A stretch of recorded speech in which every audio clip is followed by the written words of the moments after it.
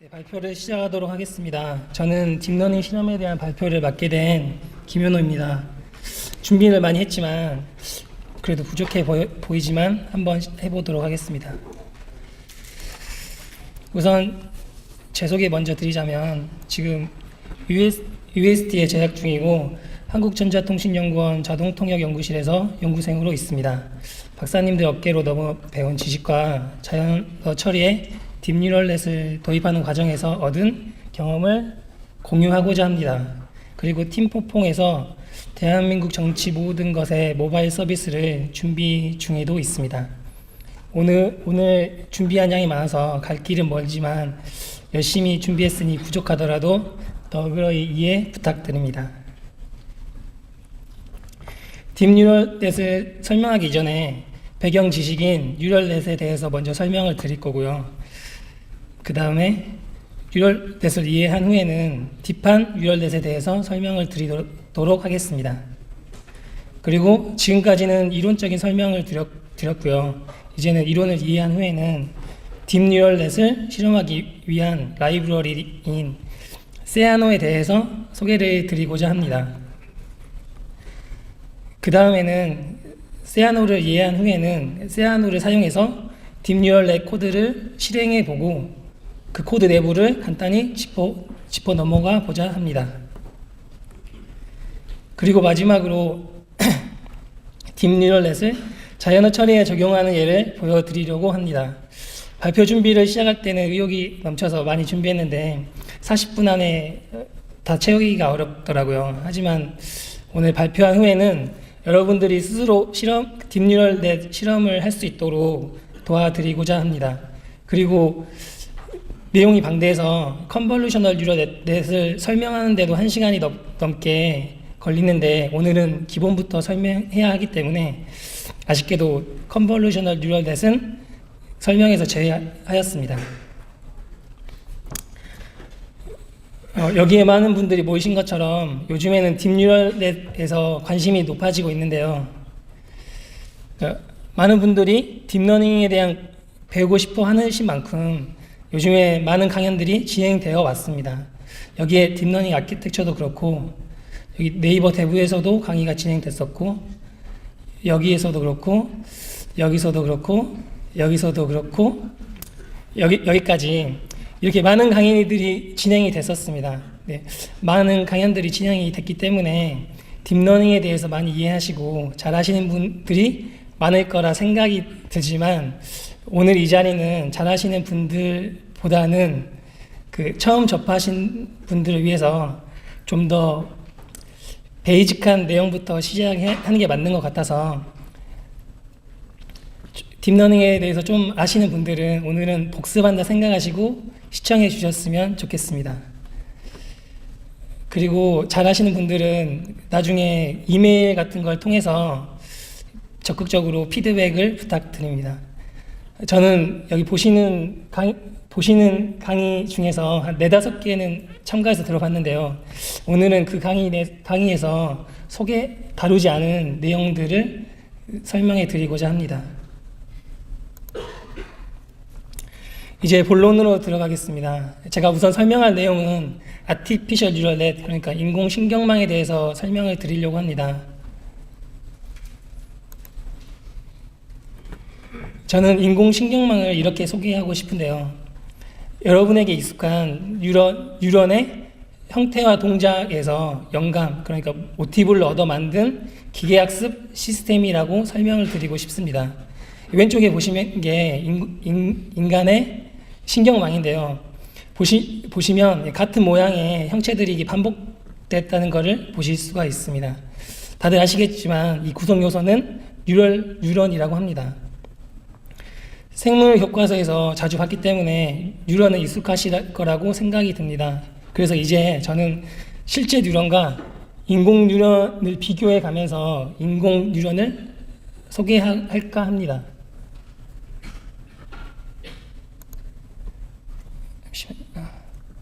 위에 보시는 게 실제 뉴런이고 아래에 있는 게 인공신경망을 구성하고 있는 인공 뉴런입니다. 실제 뉴런에 인풋이 있듯이 인공 뉴런에도 인풋이 있죠. 그리고 실제 뉴런에도 핵이 있듯이 인공 뉴런에도 핵 같은 게 있습니다. 그리고 인공 뉴런의 핵은 노드라고 부릅니다.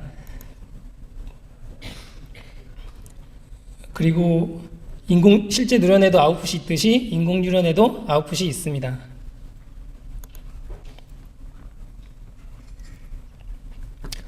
그리고 실제 뉴런에는 인풋에서 핵, 그 다음에 아웃풋을 방향으로 신경 신호가 전달되듯이 인공 뉴런도 인풋에서 핵, 아웃풋 순서로 신호가 전달됩니다. 그리고 제가 생물 전공이 아니라서 뉴런의 핵이 어떻게 동작하는지는 잘 모르겠지만 인공 뉴런의 핵은 액티베이션 펑션이라는 걸 넣어서 액티베이션 펑션의 특성에 따라서 신호의 전달 정도가 결정이 됩니다. 그리고 실제 뉴런도 신경 전달의 정도를 이렇게 조절하듯이 인공 뉴런도 그 웨이트라고 부르는 웨이트라는 가중치 값의 개념을 넣어서 신호 전달의 정도를 조절합니다. 이후에 설명을 드릴 때는 웨이트라고도 부르고 파라미터라고도 부를 텐데요. 결국 같은 대상이기 때문에 혼돈하지 않으셨으면 좋겠습니다. 지금까지는 어렵지 않은 내용인 것 같은데요. 지금까지는 단일한 뉴런의 설명을 드렸는데 이제는 이 뉴런을 가지고 뉴런을 합쳐서 네트워크를 만들어 보고자 합니다.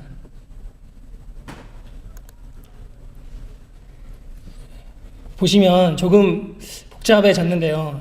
하지만 자세히 들여다보시면 단순한 걸 알 수 있을 겁니다. 빨간 테두리 안에 있는 게 아까 지금까지 제가 계속 설명드렸던 인공 뉴런입니다. 뉴럴넷은 복잡해 보이지만 결국은 여러 개의 인공 뉴런이 결합되어 있는 망일 뿐입니다. 그러니까 인공 뉴런을 컨트롤 C, 컨트롤 V 한 거밖에 안 되는 거죠. 그래서 제가 정리하자면 인공신경망은 인공 뉴런의 인풋 아웃풋을 연결한 망으로 이해하시면 됩니다. 그리고 좀 더 부연 설명을 하자면 인공 뉴런은 이렇게 레이어라는 층을 쌓은 형태로 연결이 되어 있습니다. 화면을 보시면 맨 왼쪽에는 데이터의 입력을 받는 층이고요. 또 오른쪽으로 가면 다 이렇게 층으로 구성이 되어 있습니다. 그리고 레이어에도 크게 세 가지가 있는데요. 맨 왼쪽에 있는 게 인풋 데이터를 받는 인풋 레이어라고 하고요. 여기 맨 오른쪽에 있는 게 인풋 데이터가 레이어를 거치면서 나온 결과값이 나오는 아웃풋 레이어입니다. 그리고 나머지 가운데 있는 거는 히든 레이어라고 합니다. 히든 레이어라고 명명을 했지만 처음 접하시는 분들은 그냥 중간에 있는 레이어라고 이해하셔도 무방합니다.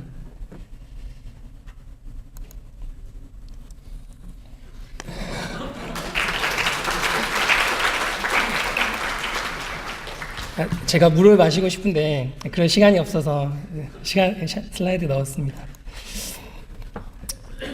뉴런에서 이제 아까는 복잡했는데 좀 더 단순한 형태로 제가 만들어 봤거든요. 지금까지는 제가 인공신경망의 구성에 대해서만 설명을 드렸는데 이제는 제가 설명드린 인공신경망이 학습을 하는데 어떻게 학습을 하는지에 대해서 설명을 드리고자 합니다.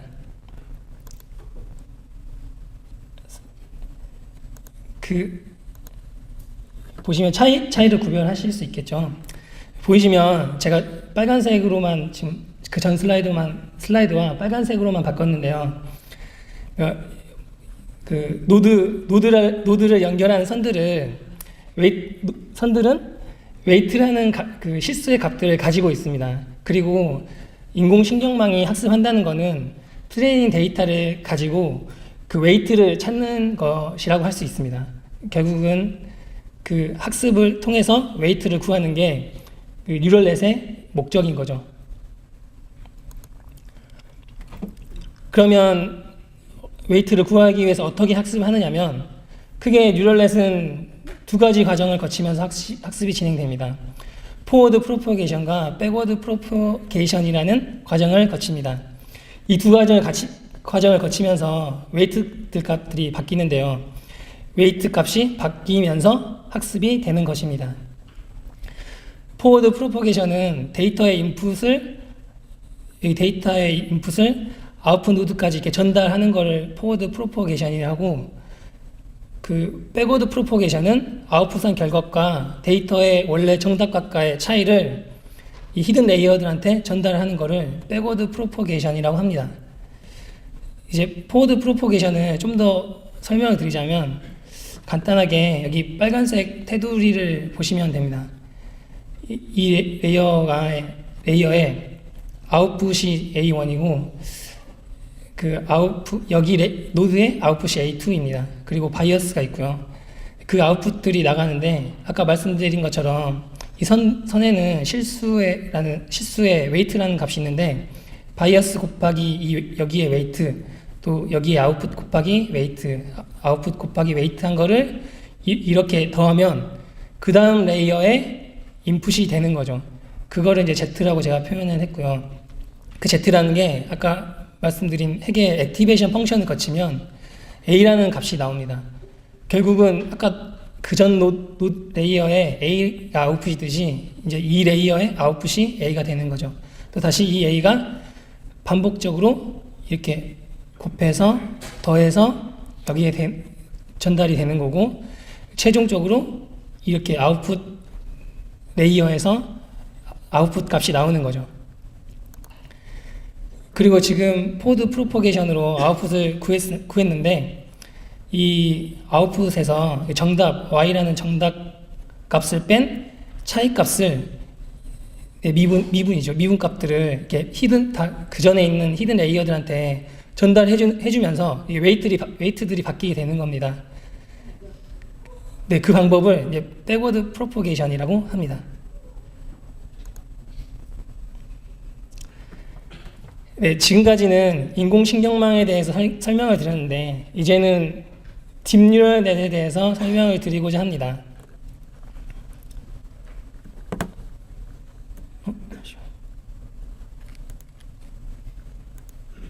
잠시.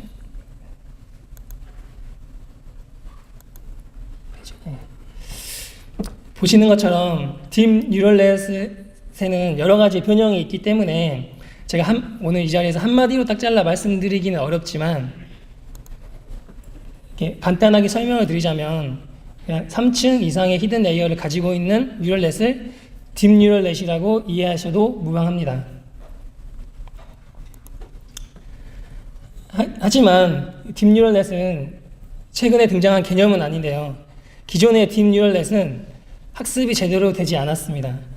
그 내용에 대해서 소개해드리기 위해서 딥뉴럴넷으로 유명하신 분들 중에 한 명인 벤지오 교수님의 제 논문집의 내용을 발췌해 봤는데요. 거기에는 뭐라고 적혀 있냐면,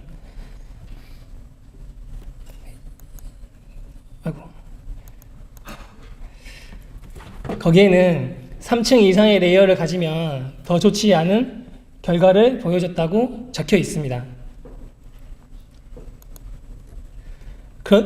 그렇게 성능이 좋지 않은 이유는 오버피팅, 그러니까 데이터에 너무 피팅되어 있기 때문인데요. 그 원인은 뉴럴넷에 웨이트라는 파라미터들이 너무 많아서입니다. 그리고 언더피팅, 그러니까 학습이 되지 않는 건데요. 그레디언트 디센트 베니싱이라고 해서 백 프로포게이션 할 때 아웃풋과 아까 정답 값의 차이가 히든 레이어한테 전달이 된다고 했는데, 그 전달이 되면서 학습에 영향을 미치는데, 그 히든 레이어들을 거치면서 그 전달되는 값들이 매우 작아지기 때문에 웨이트가 바뀌지 않는 겁니다. 근데 최근에는 오버피팅과 언더피팅을 문제를 화면에 보이시는 기술로 해결함으로써 딥러닝에 대한 성능이 비약적으로 발전을 한 건데요. 언더피팅은 프리트레이닝과 드랍아웃으로 해결을 했었고, 그레디언트 디센트 베니싱 문제는 이게 레티파이드 리니어 유닛으로 해결을 하였습니다. 제가 맘 같아서는 이 세 개를 다 설명드리고 싶은데, 오늘의 시간 관계상 그 렉티파이드 리니어 유닛에 대해서 중점적으로 설명을 드리고 프리트레이닝과 드랍아웃은 소개만 간단하게 드리도록 하겠습니다.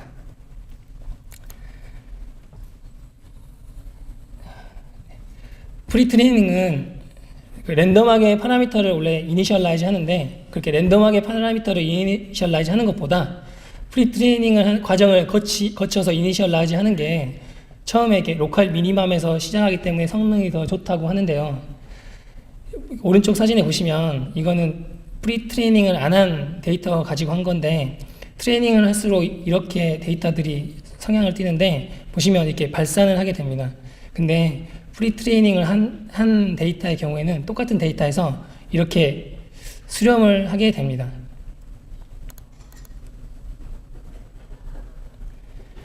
그리고 다큐멘트 클래시피케이션 예를 들었는데 오른쪽에 프리트레이닝 한 경우에는 다큐멘트가 잘 분류되어 있고 왼쪽에서는 프리트레이닝 하지 않는데 이게 잘 분류가 되지 않는 실험 결과를 보여주고 있습니다.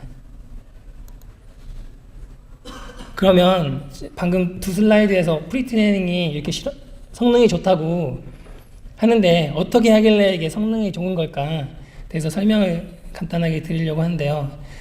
프리트레이닝 방법에는 여러 가지 방법이 있지만 크게 대표적으로는 컨트라스티브 다이버전스와 오토 인코더라는 게 있습니다. 컨트라스티브 다이버전스는 설명의 양이 많기도 하고 제가 생각하기로는 다른 더 좋은 강연에서 설명을 들을 기회가 많이 있을 것 같아서 오늘은 레퍼런스만 수록을 했고요. 오토 인코더 같은 경우에는 제가 간략하게 설명을 드리겠습니다. 보시면 첫 번째 이 레이어를 프리트레이닝 할 건데 첫 번째 레이어가 있고 두 번째 레이어의 사이의 웨이트를 프리트레이닝 하려고 합니다. 그런데 첫 번째 레이어가 있고 두 번째 레이어가 있는데 세 번째 레이어가 있는 게 아니라 첫 번째 레이어를 놓고 학습을 시킵니다. 그래서 그 결정된 값을 가져서 이니셜라이즈를 하고 두 번째도 두 번째 레이어가 있는데 세 번째 레이어를 두고 네 번째가 아니라 두 번째 레이어를 두고 이렇게 2층만 학습을 시킵니다.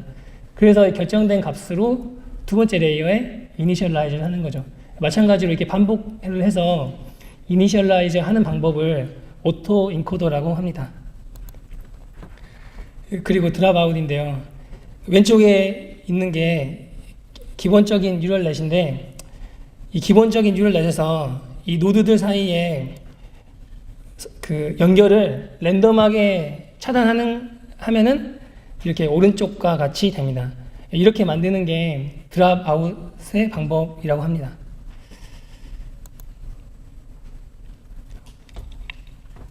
이제 렉티파이드 리니어 유닛에 대해서 설명을 드리겠습니다. 아까 제가 핵에 있었다는 액티베이션 펑션을 혹시 기억하시나요? 기존에는 그 액티베이션 펑션을 이렇게 시그모이드 함수를 사용했었는데 최근에는 렉티파이드 리니어 유닛이라는 함수를 액티베이션 펑션으로 사용함으로써 좋은 성능을 보여줬습니다. 왜 그러냐면 아까 그레디언트 디센트 베니싱 문제가 있었는데 아웃풋의 차이를 가지고 백프로포게이션 할 때 그레디언트 값, 그러니까 차이의 미분값이 전달되는데 여기 시그모이드 함수 같은 경우에는 여기 미분한 값이 기울기가 매우 0에 가깝지 않습니까?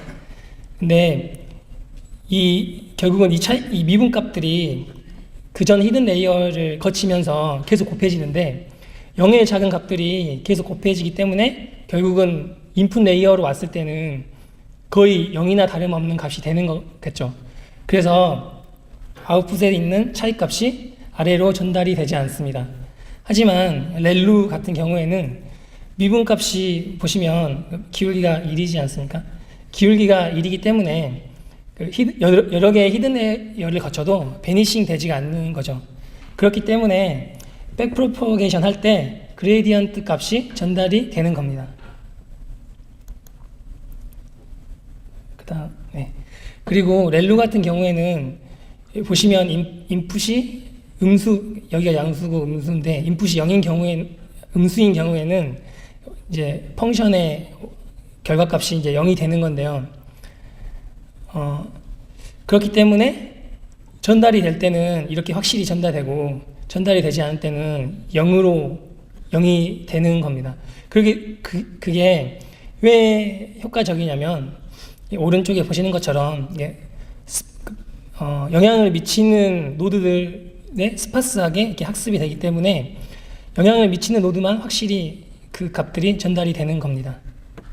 그리고 불필요한 요소들이 제거가 되게 되는 거죠. 그래서 제가 렐루의 성능이 좋다고 하니 간단하게 실험을 한번 해봤는데요. 실험 조건은 이렇게 엠니스트 데이터를 사용해서 실험을 해보았습니다. 보시면 시그모이드 함수를 사용한 경우에는 15에포크 이상일 때가 0.91인데 렐루 같은 경우에는 하나의 에포크만 거쳤음에도 0.94의 성능을 보여주었습니다. 에포크라는 거는 그 트레이닝 데이터 전체가 한번 학습하는 거를 1에포크라고 합니다. 그리고 엠니스트 데이터는 제가 2장 뒤에서 소개를 다시 드리도록 하겠습니다. 이렇게 해서 제가 렉티파이드 리니어 유닛에 대해서 설명을 드렸습니다. 물 한 잔 더 할게요.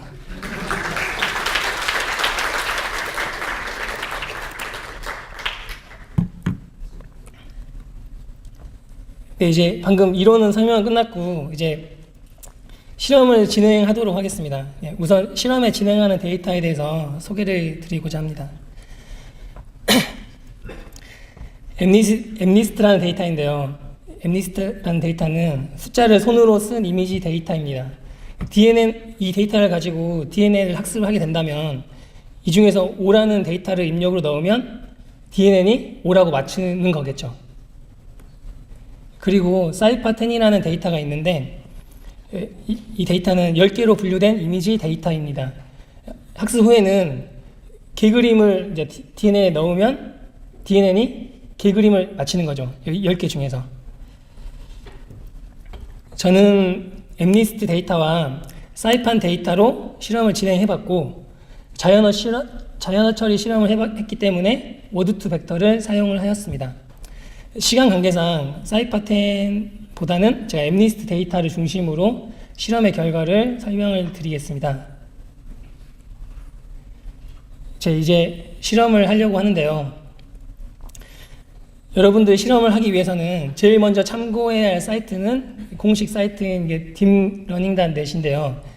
여기에는 딥러닝을 실험을 하기 위한 여기에서 딥러닝 라이브러리를 찾아보면 보시면 세아노라는 게 제일 우선으로 있습니다. 그래서 저도 처음에는 무작정 세아노를 검색했고 세아노를 가지고 DNA 실험을 진행하였습니다.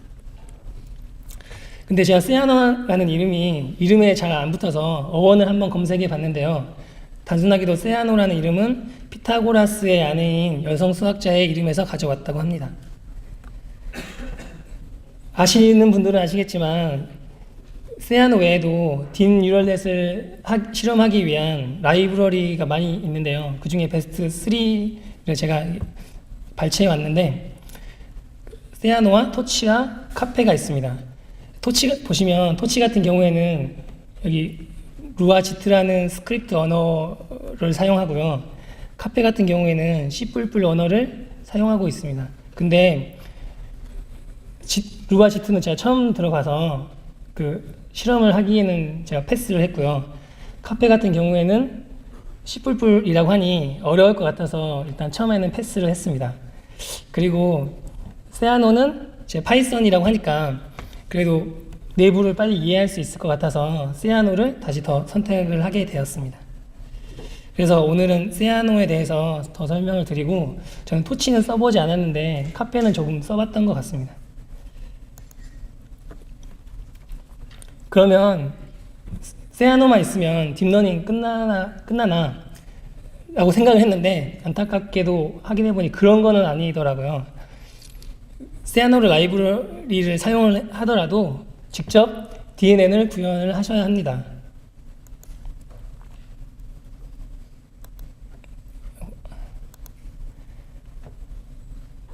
네. 본래 DNN 라이브러리가 아니기 때문에 결국 세아노는 매트릭스 연산에 유용한 라이브러리이기 때문입니다. 그래서 제가 좀 더 공식적인 정의들을 짚고 넘어가 봤는데요. 공식 페이지에서는 세아노를 이렇게 정의를 하고 있습니다. 보시는 바와 같이 GPU 연산이 가능한 다차원 매트릭스 연산에 유용한 파이썬 라이브러리인 거죠.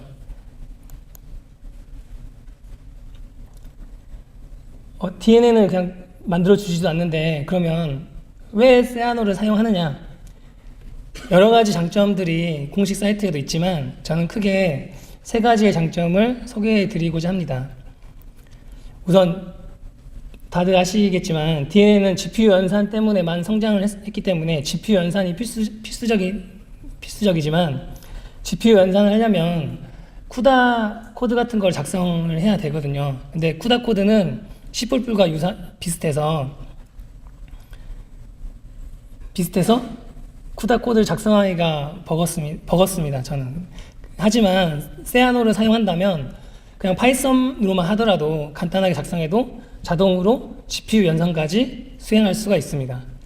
그리고 두 번째로 미분이나 업데이트를 자동으로 해주는 함수가 있기 때문에 DNN을 구현하실 때 유용할 수 있습니다. 그리고 세 번째로는 심볼릭 함수 형태이기 때문에 딥러닝 함수를 만드시더라도 그 딥러닝 함수의 파라미터만 몇 개만 지정해주면 DNN 함수의 내부는 세아노가 알아서 만들어줍니다. 간단하게 C 언어의 함수 포인터 정도로 이해하시면 될 것 같습니다. 이제 좀 더 구체적으로 설명을 드릴 건데요. 오늘의 등장인물은 이렇게 그래드라는 함수와 업데이트, 파라미터 함수를 설명을 드리도록 하겠습니다. 아까 제가 미분을 자동으로 세아노가 계산을 해준다는데 이 그래드 함수를 사용하면 미분을 자동으로 계산을 해줍니다. 보시는 것처럼 2의 제곱을 이렇게 넣으면 자동으로 이렇게 EX라는 그레디언트 값이 만들어집니다. 그리고 이 펑션이 나중에 등장할 펑션이라는 함수로 이제 다시 함수를 정의할 건데요.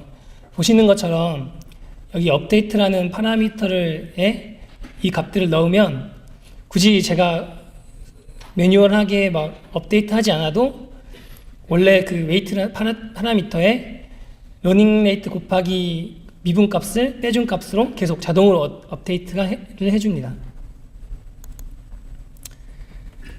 그리고 다시 이제 펑션이라는 함수에 대해서 설명을 드리려고 하는데요.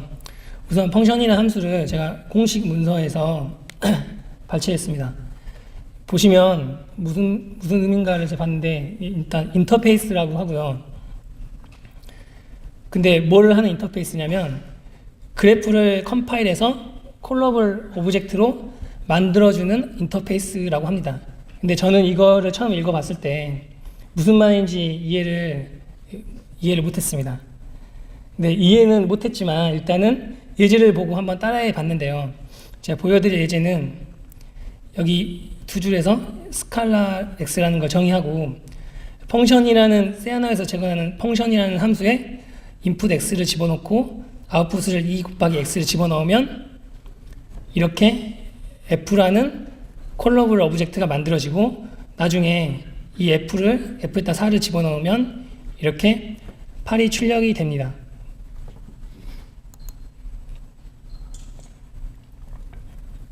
잠시만.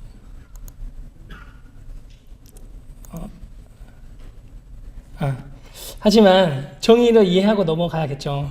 제가 이해하지 그 정의된 부분 중에서 이해하지 못한 부분이 그래프라는 용어인데 도대체 어떤 거를 지칭해서 이렇게 추상적으로 그래프라고 표현을 했을까 해서 너무 이해하기가 어려웠습니다. 근데 딥러닝.net 공식 다큐멘터리를 보면 여기 적힌 코드가 이렇게 설명이 되어 있습니다. 보시면 이렇게 오타네요. 이게 매트릭스가 아니라 스칼라거든요. 네, x에 d 스칼라를 놓고 y도 스칼라로 정의를 하면 이게 세아노 함수 x와 y가 만들어지고 x 플러스 y 곱한 z를 이제 z를 아웃풋에 넣고 인풋에 넣으면 이렇게 세아노가 이런 그래프로 컴파일을 해줍니다. 이렇게 컴파일하는 단계에서도 파이썬 함수로 만들어지고 이렇게 뭐 C나 쿠다 코드로 만들어지는 것입니다.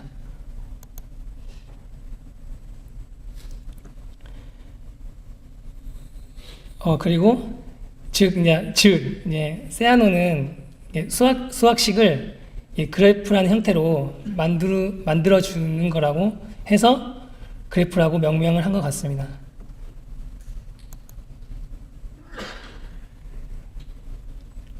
다시 자세히 설명을 드리자면 방금 코드를 세아노 그래프에 매핑해 보자면 x, y는 이렇게 만들어지고 플러스한 z를 정의하고 펑션이라는 함수를 호출하면 이렇게 x, y, z의 여기 오퍼레이션이 이런 하나의 콜러블 오브젝트가 만들어지는 것입니다.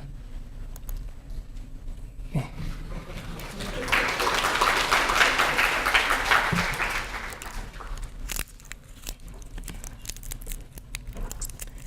근데 이제 인스톨 해야 되는데요. 인스톨은 간단합니다. 아래 보시면 이렇게 두 줄만 실행시키면 세아노가 인스톨이 됩니다.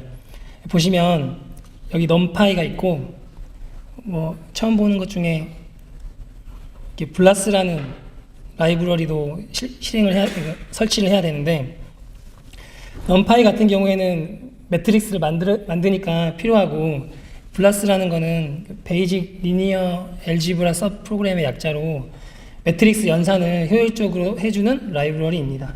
그리고 이제 세아노를 설치하면 되겠죠. 이제 설치가 됐으니 실험을 하려고 하는데요. 실험도 공식 예제 코드를 기수로 그냥 받으시면 됩니다. 그리고 단순하게 코드로 들어와서 python dbn.py만 하면 이제 여러분도 DNA 실험을 하실 수가 있습니다. 오늘은 코드 전체를 이해하기가 좀 어려울 것 같아서 추후에 코드를 학습하실 때 도움이 될 만한 코드들만 중점적으로 짚고 넘어가도록 하겠습니다.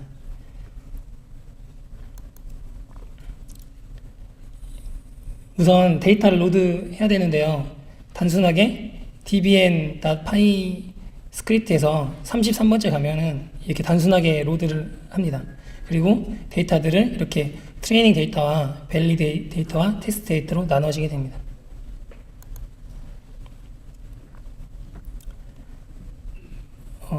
그리고 이 파일에서 316번째를 가보시면 인풋 노드의 사이즈와 히든 레이어의 사이즈를 직접 뭐 1000 이렇게 정의를 해주시면 dbn의 클래스가 만들어집니다.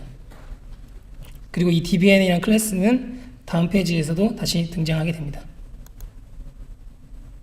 보시면 dbn 클래스에서 이렇게 프리트레이닝이라는 콜러블 오브젝트가 받을 수 있고 다시 프리트레이닝한 이후에는 dbn 클래스에서 트레이닝 펑션이 콜러블 오브젝트가 다시 받을 수가 있는 거죠.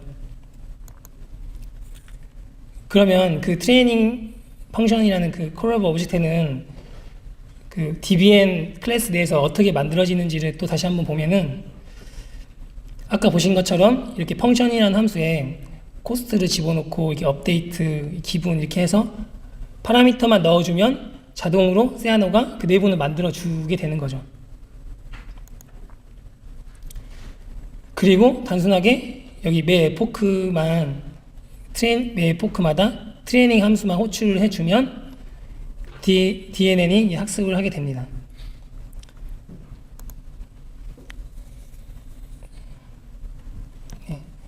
지금까지는 제가 공식 예제를 설명을 드렸는데 공식 예제에서는 컨트라스티브 다이버전스 프리트레이닝 부분이 있지만 오늘은 제가 렐루에 대해서 좀 더 설명을 드리고 싶어서 렐루를 구현한 간단한 DNN 코드를 소개해 드리고자 합니다. 우선은 임포트 하는 거는 이 정도만 하면 되고요. 그 다음에 플롯 형태의 넘파 어레이를 만들고 그 파라미터를 랜덤하게 이제 이니셜라이즈를 합니다. 그리고 아까 말씀드린 렉티파이드 리니어 유닛의 함수를 이렇게 정의를 해주고 소프트맥스는 이제 멀티 클래스 클래시피케이션을 하기 위해서 이렇게 정의를 해 주었습니다. 모델링하는 함수의 내부는 단순하게도 각 층마다 이게 렉티파이 함수만 호출해주면 되고 마지막에 아웃풋에서만 소프트맥스를 사용하시면 됩니다. 그리고 업데이트하는 방법을 정의한 게 프롭이라는 함수는 단순하게도 그냥 업데이트라는 리스트에 이렇게 보시면 아까 파라미터에다가 파라미터 빼기 러닝 레이트 곱하기 미분값을 업데이트 한다고 지정만 해주면 해서 리턴만 해주면 나머지는 다 알아서 세안하고 해줍니다. 이제 방금 함수를 정의했으니 그 함수들을 사용해서 트레이닝을 시작해 보도록 하겠습니다. 일단은 엠리스트 데이터를 로드하고 xy라는 세아노 밸류어블을 정의하고 인풋은 엠리스트 데이터가 28 곱하기 28이니까 784로 정의하고 히든 레이어는 625로 이렇게 정의를 하고 아웃풋은 0부터 9까지니까 10개로 해서 웨이트를 이니셜라이즈 했습니다. 그리고 이니셜라이즈한 웨이트를 모델링 했으니까 이제 최종값은 py 언더스코어 x 이렇게 만들어지고 이거에 대한 이제 아그 밸류로 최대값을 맥시멈 값을 찾으면 0에서 9 중에서 어떤 이미지를 넣었는지를 얻으실 수가 있습니다.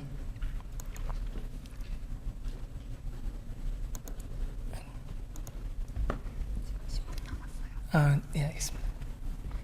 그리고 트레이닝 하기 위해서 이렇게 코스트 값을 구하고 업데이트도 아까 정의한 프로 함수로 얻으실 수 있습니다.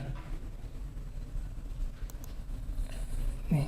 그리고 트레이닝한 함수를 다시 세아노라는 펑션으로 이렇게 파라미터만 넣어주면 자동으로 이제 학습하는 컬러블 오브젝트를 받을 수가 있는 거죠.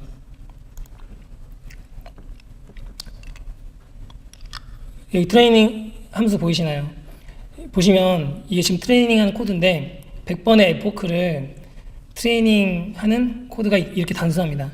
보시면 128개씩 스타티스틱 그레디언트 디센트로 학습을 하고 있습니다. 지금까지 설명드린 넬루 DNA 코드는 결국 단순하게 50줄밖에 안 되는데요. 여러분도 50줄의 짧은 코드로 DNA 학습 실험을 하실 수가 있습니다. 물 한 잔 더 하겠습니다.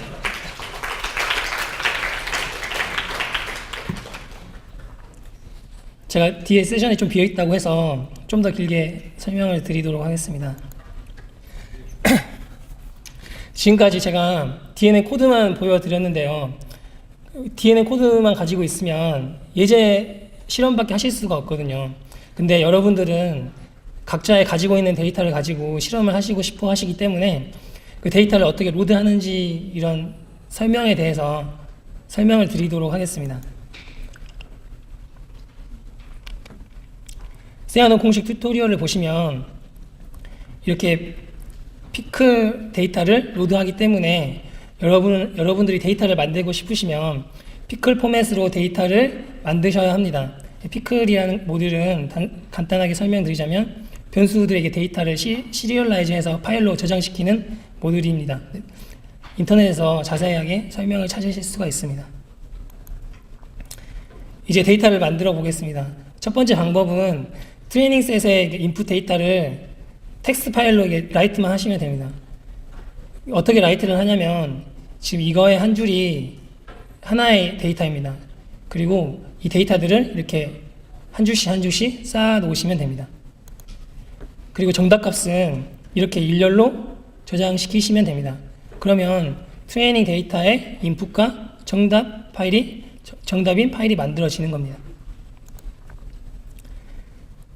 그런 다음에는 numpy에서 제공하는 gen from txt라는 함수만 호출을 해주면 이렇게 트레이닝 데이터가 numpy로 얻어지실 수 있습니다. 하지만 이건 조금 무식한 방법이고, 여기 보시면 cpickledump라는 함수를 사용하시면 numpy 매트릭스를 바로 그 pickle이라는 데이터 포맷으로 만드실 수가 있습니다. 하지만 pickle이라는 데이터 포맷은 대용량의 데이터를 저장할 수가 없는데요. 하지만 여러분들은 대용량의 데이터를 실험을 해보시고 싶으실 겁니다. 그럴 때에는 이렇게 그 벡터들을 쪼개서 저장을 하시고 피클을 로드 하시면 됩니다. 그리고 그 데이터만 저장하지 않고 트레이닝한 모델에 파라미터 웨이트 값도 저장을 하시고 싶으실 건데, 그럴 때는 여기 공식 문서에서 발췌한 이 내용을 참고하시면 간단하게 모델을 저장하실 수가 있습니다. 그리고 borrow라는 이제 파라미터는 이게 GPU를 사용할 때 이 파라미터를 추루를 하지 않으면 GPU에 있는 데이터를 다시 메모리로 가지고 와서 그 값을 읽어드리기 때문에 이 borrow라는 파라미터는 추루를 해 주셔야 합니다. 그리고 세아노에는 여러 가지 플래그들이 있는데요. 플래그들이 또 필요하기 때문에 제가 소개를 드리겠습니다. 일단은 패스트런이라는 플래그는 실행 속도를 빠르게 하기 위해서 C 코드라는 게 쿠다 코드로 펑션이라는 함수를 호출할 때 컴파일을 하기 때문에 실행 속도가 빠르고, 반대로 이제 패스트 컴파일을 빨리 하기 위해서는 이 옵션을 켜주시면 C나 쿠다 코드로 컴파일 하지 않고 파이썬 코드로 컴파일 하기 때문에 이거는 이제 컴파일을 빨리 하고 싶을 때 하시면 됩니다. 근데 제가 사용하고 있는 플래그들은 이렇게 패스트런 모드를 했고, GPU 세팅했고, 쿠다가 이제 32비트 플롯을 지원하기 때문에 이렇게 해놓고, 이건 디버그 할 때 프린트하기 위해서 이렇게 해서 사용을 하고 있습니다.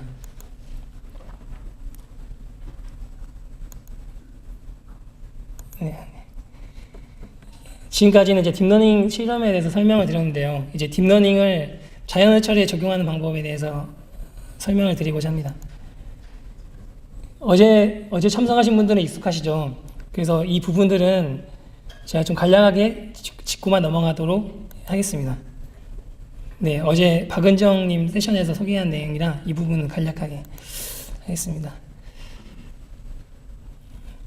네, 그러면 자연어를 이제 딥러닝 실험을 하려고 하는데 어떻게 하면 할 수 있냐면, 자연어를 결국은 벡터로 표현을 해야 되지 않습니까?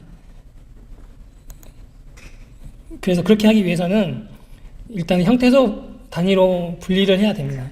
그리고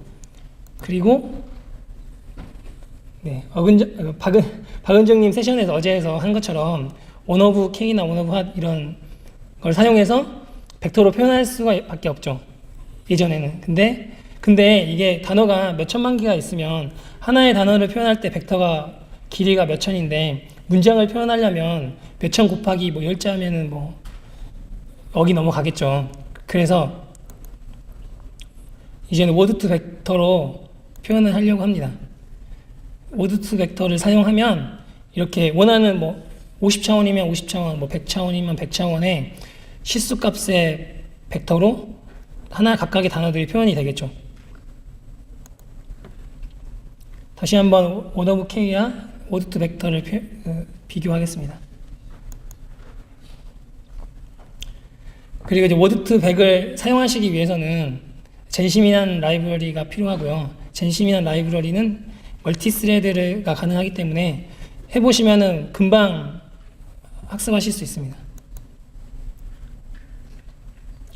그리고 젠심이나 라이브러리를 사용해서 워드 투 벡을 실험하시려면 여러 가지 파라미터를 지정해 주셔야 되는데요. 일단은 이건 스레드는 멀티스레드 하기 위한 거고, 디멘전이고, 스킵그램인지 CBOW인지 결정하는 거고, 이거는 벡터를 만들 때 해당 단어의 뭐 양옆에 몇 개까지 고려할 것인가고, 이거는 에포크 뭐 횟수 정도로 이해하시면 되고요. 이거 같은 경우에는 5로 지정이 되면 5번 이하 등장하는 단어들은 그 학습에서 제외하게 하는 옵션입니다. 이렇게 옵션만 정의해주고 오드2 100이라는 클래스에 넣어준 다음에 이게 빌드 보케블러리 하고 이렇게 트레이닝만 하면 이렇게 오드2 벡터를 만드실 수가 있습니다. 그리고 세이브 할 때도 이런 방법으로 세이브 하실 수도 있고 아래 방법으로도 세이브 하실 수가 있기 때문에 나중에 세이브 로드 해서 계속 사용하실 수가 있습니다. 그리고 세이브 한 거를 로드하는 방법도 이렇게 로드 하실 수 있고 이렇게 로드를 하실 수가 있습니다. 그리고 오드2 벡터를 가지고 특정 단어에 대한 가장 유사한 의미를 가진 단어를 한번 확인해 보고 싶으시다면 most similar라는 함수를 사용해 보시면 이렇게 가장 유사한 단어들을 확인해 보실 수 있습니다. 보시면 제가 위키피디아 텍스트를 가지고 실험을 한번 해봤는데요. 서울과 가장 유사한 단어들을 추출해 보니 보시는 것처럼 도시들이 많이 나왔습니다. 그리고 제가 취미삼아 리커런트 뉴럴 네트워크를 활용해서 띄어쓰기 실험도 이렇게 해봤는데, 간단하게 인풋에는 워드2 벡터를 이렇게 집어넣고 매번 아웃풋에는 맨 앞에가 스페이스면 1이고 스페이스가 0이면 스페이스가 없으면 0이라는 아웃풋을 넣어주면 이렇게 실험을 진행할 수가 있습니다. 네, 거의 다 끝나가는데요. 네, 이제 마지막으로 제가 딥러닝 실험을 하면서 어려웠던 점을 좀 정리해 보자면, 파라미터가 너무 많아서 제가 직접 파라미터를 변경하는데 좀 어려움이 많았던 것 같고, 빅데이터를 막 실험을 해봐서 막 해보려고 했는데 결국은 GPU의 메모리 용량이 한정되기 때문에 GPU 그 메모리 문제가 좀 컸던 게 있었습니다. 네, 여기까지 해서 제 긴 발표는 마쳐드리고요. 여기 밑에 보시면 링크에 이메일을 남겨주시면 나중에 업데이트된 내용을 공유해드리고, 딥러닝 잘하시는 분들이 피드백을 주시면 그 내용도 이메일로 공유드리도록 하겠습니다. 여기까지 해서 제 발표를 마치도록 하겠습니다.